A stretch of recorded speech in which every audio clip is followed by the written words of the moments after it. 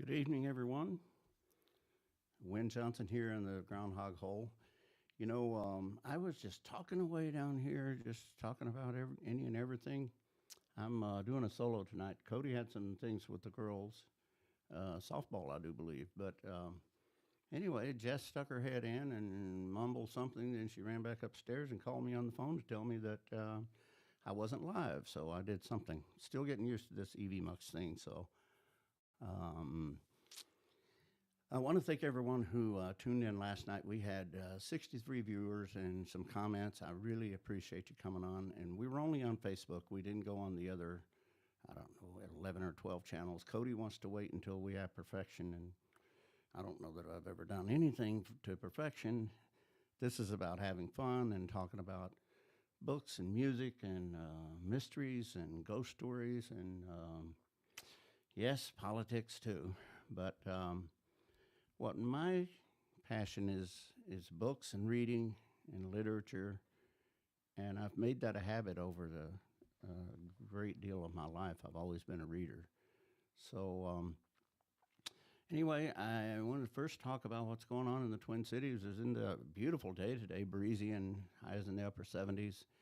And I am in Plymouth, Minnesota, just west of downtown Minneapolis by about 8 miles. And we're in a cool little corner of the world here. It's not like being close to a major city, but anyway, now tomorrow is going to start heating up a little bit, and and then Saturday is going to be highs in the 90s, and every day beyond that for the next 7 days it's going to be in the 90s. So right on through Friday of next week. So it's and no rain inside. So we've had a hot, dry summer, and it's good that we got some rain. Um, Friday, we started with some really severe storms and with large hail and strong winds. We actually came down to the basement for that one. And so I cleaned up from that mess on Sunday, I think, and then rain moved in again, and it rained through the night. So we actually got about an inch of really beneficial rain that we needed desperately, and it's going to help the farmers and help our drought situation, and we need that. But the plants and the trees depend on about that much of the soil. About 18 inches, 2 feet, 3 at the max. So you get all this rain, and you get a couple of days in the 90s. That's all gone as far as the plants and the trees are concerned. So you have to be careful and water them and so that you don't lose any. But yeah, it's been a crazy year. Now, Pebbles, you go through this way, baby. Come on now, this way. Pebbles. All right, go over there then. So, anyway, it's a crazy, crazy situation, and she has messed with some cables here that's got it strumming, and I don't know why it's doing that. But anyway, I was noticing the. Oh, here she comes again. I'll have to wait until she settles down. Pebbles, get over here and get in your chair. No, you can't come this way. Come this way. Thank you. Now get down here in your chair. Come on. Pebbles, you're messing things up. Get down here. Hey, Pebbles, right here. All right, now settle down. Okay, so anyway, I was noticing the weather patterns. Right now, the jet stream is coming on shore way up in the northwest, along the northwestern coast of the way up in the Gulf of Alaska. And then it's going across Alberta, Manitoba, Saskatchewan. It's coming down through eastern Manitoba into northwest Minnesota. It dips down into the south and then goes back toward New England. Now, that brings us cooler weather. That's also what's bringing in all the smoke from the Canadian fires in the Northwest Territory. But also, that same kind of pattern in the wintertime is what brings us the polar vortex. So look out for that one. It's very short time now until we'll be shoveling snow and shivering in the cold. But it's weird to think 3 days from now, we're 2/3 of the way through summer. In just 2 weeks, we're going to be 2/3 of the way through the year. And autumn starts next month. It's not that far away, just over 4 weeks. So the seasons are passing really quickly. And we have a really short season here in Minnesota, a pretty season, but a short one. The leaves reach their oh, she's nibbling at my hand now. And she wants to be petted. Little weirdo. But they'll reach their peak colors about mid October, maybe first week in October. And then a strong storm comes with wind, knocks them all off, and then you're back into it could snow at any time after that. So in 2020, we got 8 inches of snow on the 20th day of October. So um, beginning in just a couple of months, it's hard to predict what's going to happen. But Christmas is coming soon, only just over 4 months away, and that's fine. I love the holiday season, and that's always fun. And so there's that. But anyway, I mentioned. Well, I've already said this, but it didn't. It didn't come through the system. It didn't go on the air. But I want to talk about something before I talk about books, and that is there is a neighborhood bar restaurant called Red Robin. It's part of a chain, a nationwide chain, and we know the people who work there, a lot of them, because I'll often stop by there on my way home from work or on my way home from whatever. And Jess and I, we go in there pretty often. And so we know everyone there. We know them and we love them. They're just hardworking young people.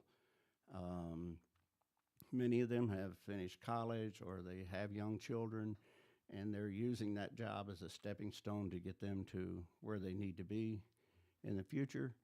So, anyway, there's a bartender there. His name was Alex, and he was really busy. It was on a Wednesday a couple of weeks ago, and the police had gone in and planted someone who was under 21. He served them. I don't know the circumstances of it, even though I was there that day. I was actually there when Alex left for the day. But I don't think he knew that he was getting ticketed for that. So anyway, he got busted for selling to a minor. And keep in mind, I'm pro law enforcement, pro law. Uh, I am not saying anything about the police, nothing negative, but it happened. But I do believe, to begin with, they're always short staffed, like every restaurant, every place of work. People just don't want to work nowadays. And so he was short staffed. He was taking care of two dining rooms, one large room in front of the bar, one behind the wall, which was directly behind the bar, and he was mixing drinks behind the bar. So he was really busy and running here, there, and abouts, and so it happened, and so he served some young man or some young lady, and so the first thing that happened was he was fired on the spot, and which is bad.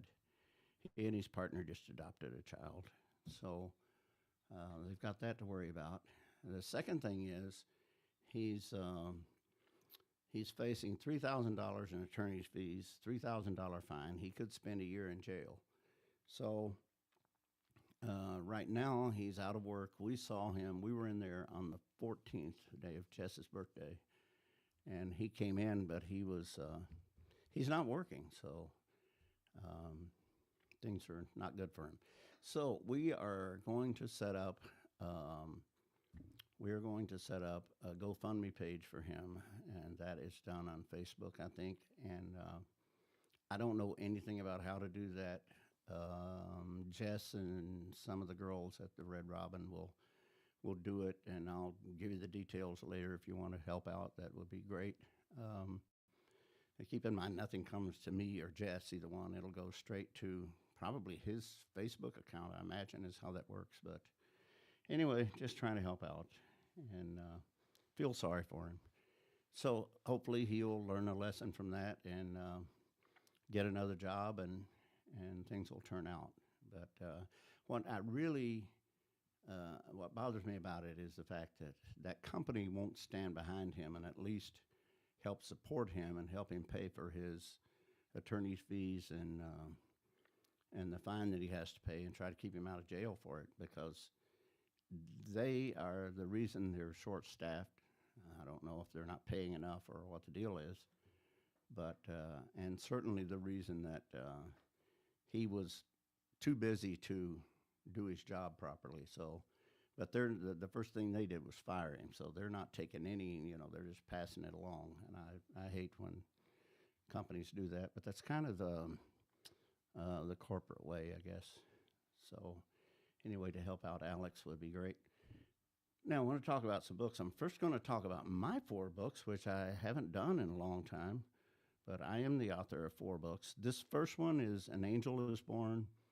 And I'm really proud of this book, and I'm proud of the story, and it's not my story. I wrote it, but it's about a baby girl who was born in May of 1972, and when she was born, the doctor said she probably wouldn't live through the night.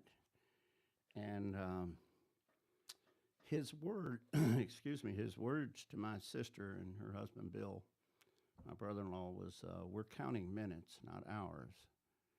And so, but miraculously, with the absolute best care that any parents could give, the best care and love, this child lived to be 39 and a half years old, and she passed away on the first day of October 2011.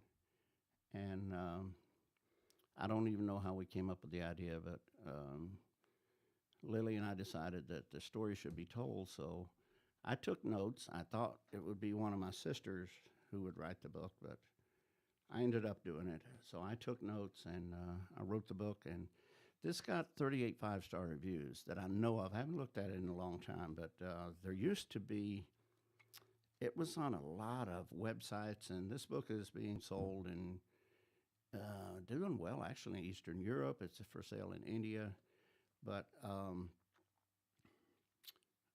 it's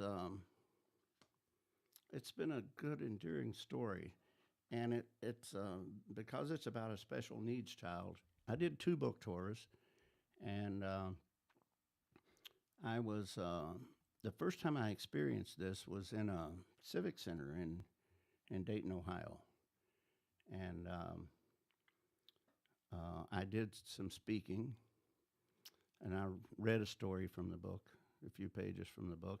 It was I had 45 minutes to do the presentation, then 15 minutes question and answers. But so after I was finished,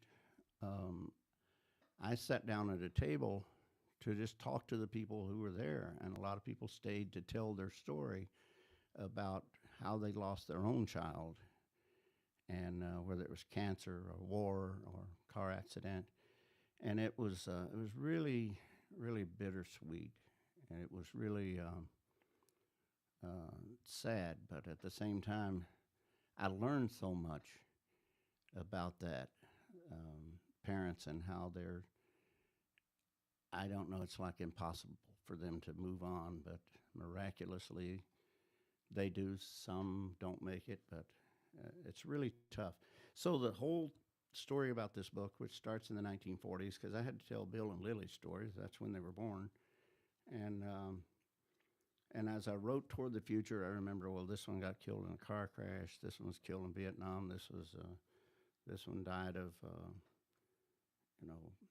snake bite or whatever. But the theme of the book became parents who lose their children before their own death. So then after that, I signed a contract with Pegasus of Cambridge, England, and I wrote 3 books for them. And the first one, this one came out in 2017. And this is a good adventure book. Now, this is stories that were told to me by my grandfather's brother, who was, my great uncle. He was born in 1885, and he passed away just before his 104th birthday in 1989. But he was my mentor growing up. He looked just like the actor George Burns. And but he was funny, he was witty, and very intelligent, very wealthy man, very successful. And if you made any effort to try, he would do anything on the planet for you. If he detected a hint of laziness in you, he had no use for you. But anyway, this book goes through. He talks about his grandfather, which would be my great grandfather, who hid in a cave for 2 years to keep from fighting in the Civil War. But he encountered wild animals and snakes, and it goes through all that right up into the industrial boom when coal was discovered on all this land that they owned in the mountains of Kentucky.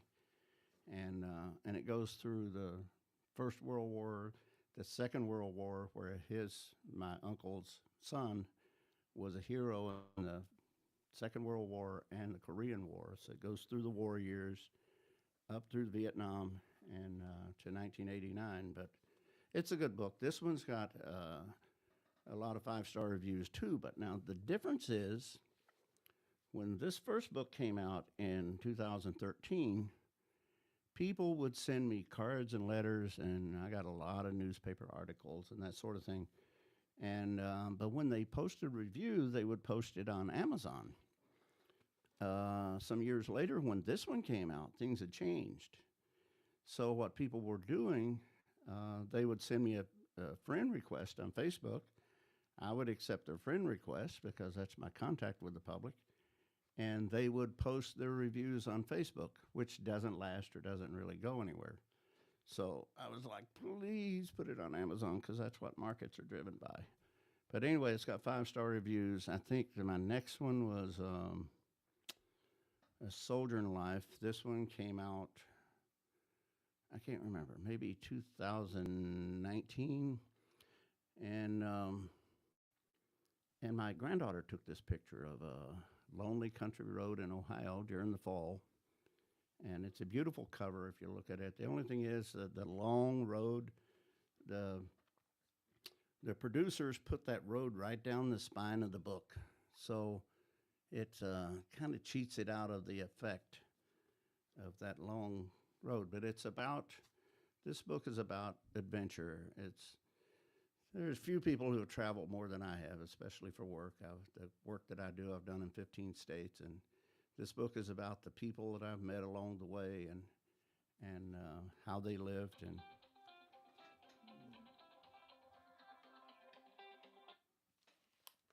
yeah,